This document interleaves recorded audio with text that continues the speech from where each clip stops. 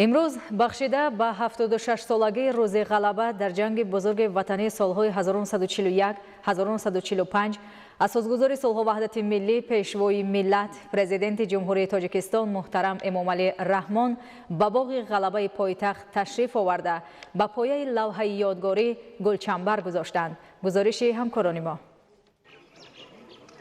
8 می اساسگزار صلح و وحدت ملی پیشوای ملت پرزیدنت جمهوری تاجیکستان محترم امامعلی رحمان به افتخار 76 سالگی روز غلبه در جنگ بزرگ وطنی سالهای 1941 1945 در باغ غلبه پایتخت با پایه لوحه یادگاری گلچنبر گذاشتند. پرزیدنت مملکت محترم امامعلی رحمان را رئیس مجلس ملی مجلس عالی جمهوری تاجیکستان رئیس شهر دوشنبه محترم رستم امامعلی همراهی نمودند. پرزیدنت جمهوری تاجیکستان سرفرمانده عالی قوه‌های مسلح جمهوری تاجیکستان محترم امامعلی رحمان با پاس خاطره افسران و سربازان و همه آنهایی که جان خود را در جنگ بزرگ وطنی نثار کرده اند در نزد آتش جاویدان گلچنبر گذاشتند.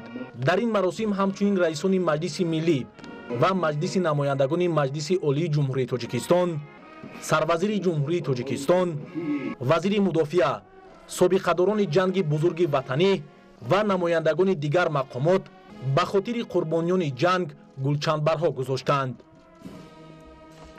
امروز اساسگزار صلح و وحدت ملی پیشوای ملت پرزیدنت جمهوری تاجیکستان محترم امامعلی رحمان با دعوت پرزیدنت فدراسیون روسیه ولادیمیر پوتین با بازدید کاری به شهر مسکو سفر کردند. در فرودگاه بین المللی دوشنبه پرزیدنت جمهوری تاجیکستان امامعلی رحمان را رئیس مجلس ملی مجلس عالی جمهوری تاجیکستان، رئیس مجلس نمایندگان مجلس عالی جمهوری تاجیکستان، سروزیر جمهوری تاجیکستان، راهبر دستگاه اجرایی پرزیدنت جمهوری تاجیکستان و دیگر شخصان رسمی گسیل نمودند.